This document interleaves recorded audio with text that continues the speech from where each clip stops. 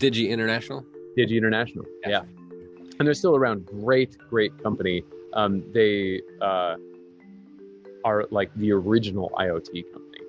And I felt like I had sort of reached my limit developmentally there. And after nearly 2 decades, I really just wanted to change my life. And I became really fascinated with just how systems of people worked, particularly people that were building things. I got kind of like obsessed with the question, like, why is programming fun? Like, who's building who here? Like, am I writing the code, or is like the code and the like joy that I get out of it really like coaching me along to build something? And how do people work together and put stuff together? And so I found this management consultancy that was advertising itself, underwriting this podcast and radio program called Radio Lab.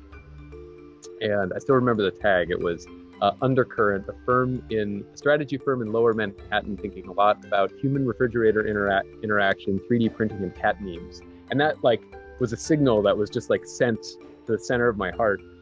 And I went and I thought, which is fair warning, like most folks I think should find management consultants to be snake oil salesmen. But I'm like, all right, these snake oil salesmen, they're telling me that they're like influencing the management decisions of these really large companies. Yeah, whatever.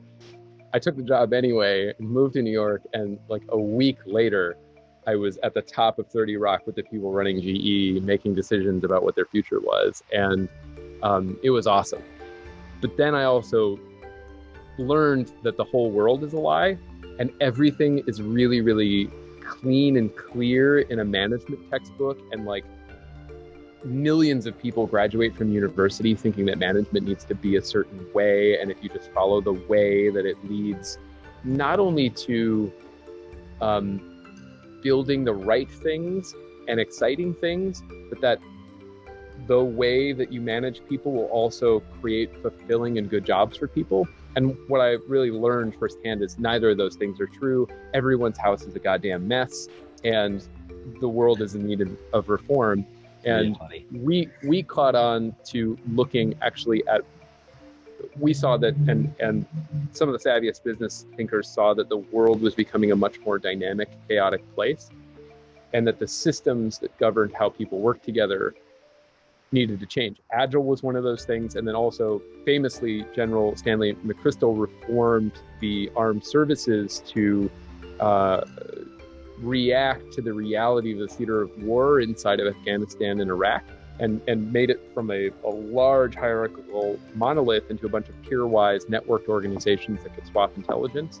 And like where we are in technology and human reinvention, we started adapting some of those ideas and agile ideas to business more generally. And then that led naturally to wanting to make tools, given my history, and here we are.